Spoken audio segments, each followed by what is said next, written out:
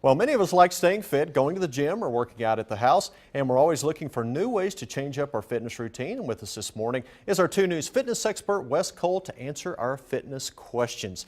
Well, we were talking briefly about how this is the beginning of the year and a lot of folks are getting involved in fitness, and we have a lot of questions out there this morning. The first question comes from Julie, and it's, what is the safest abdominal exercise? I always seem to strain my back. You know, we kind of tease this in the bump shot where you always see someone in the gym just, pulling and pushing on their neck. And this right here is a real simple way to really make doing crunches a lot safer. This is called a McGill crunch. Now, the McGill crunch was designed by spine specialists from Canada. And as you can see what Kyle's doing, Kyle, go ahead and put that leg down a little bit so they can see a little bit more.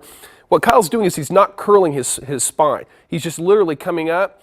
He's keeping his head straight along with his spine, and he's just trying to get his shoulder blades off the ground. But without doing that flexion, it's going to take a lot of stress off your low back, and of course he's not pulling on his neck.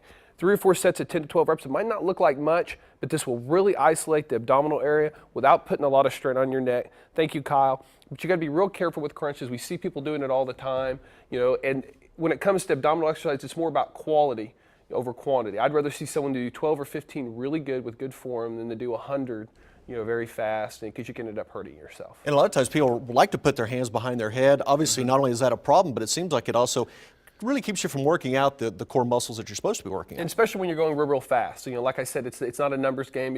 I always say if you can do 100 crunches in a row, you probably need to move to something a little bit more advanced. And like I said, be real careful, because when you put your hands behind your neck and you start getting tired and you start pulling, you can cause some issues. That's when the injuries take shape, That's no right. doubt. Well, our second question, this comes from Henry, and it says, is there any benefit to a light workout? I tell people this all the time. People are really into the high-intensity cardio, the boot camps, and which is great. I'm all for it. But don't underestimate a light walk, just a very light walk around the block or anything like that. We've talked about longer runs.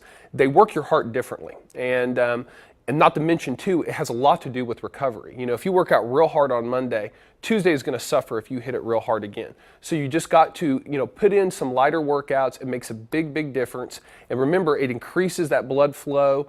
It really will aid in the healing process. Because remember, that's all we're doing at exercise, especially weight training. We're actually damaging the muscle fibers at a microscopic level. And if you do too much damage, you're never going to heal. So getting up and just moving around will make a big difference. Well, I know a lot of times with me, Wes, whenever I'm getting ready to do a heavy workout and I wake up and I really just don't feel that good that day, I just can tell I'm not going to get a lot out of it.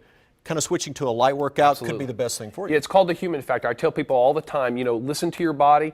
It's better, better do something than nothing, but just kind of listen to your body a little bit. If you need a lighter workout, it definitely will help you. Just continue moving forward, no matter how fast it is. And our final question comes from Sarah this morning. It's, I'm tired all the time. My doctor says the exercise will help. Is this true? Absolutely. There's a lot of studies showing that exercise will increase your energy level. I know it seems weird because you're like, I come in all tired all the time, but I see so many people do it after a long day of work, 5 o'clock, they're like, Wes, I'm just not really in the mood. And after 30 minutes, they leave the workout feeling so much more energized. It really gets those endorphins going. So really try it. I always tell people too, if working out at the end of the day is too hard for you, maybe consider doing it before. It's a real good feeling leaving the gym at 7 o'clock, going into work, knowing that, when you get off work, you can go straight home. Consider that. And since some folks are really starting a workout thing here at the beginning of the year, that's probably a good thing, is to try different plans to find one that actually fits their schedule. The gyms are packed right now, but what's really unique is the gyms are probably just as busy in the morning as they are in the evening.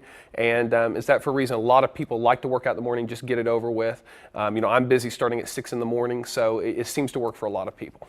All right, well, do your best to get into that gym. Thanks a lot, Wes. And if you have a question you would like Wes to answer, just go to our Facebook page, KJRH TV, and you can post it on our wall, or you can call Wes at 605-6550, or you can visit him at his gym, brand new location, 51st and Memorial, behind the Walgreens.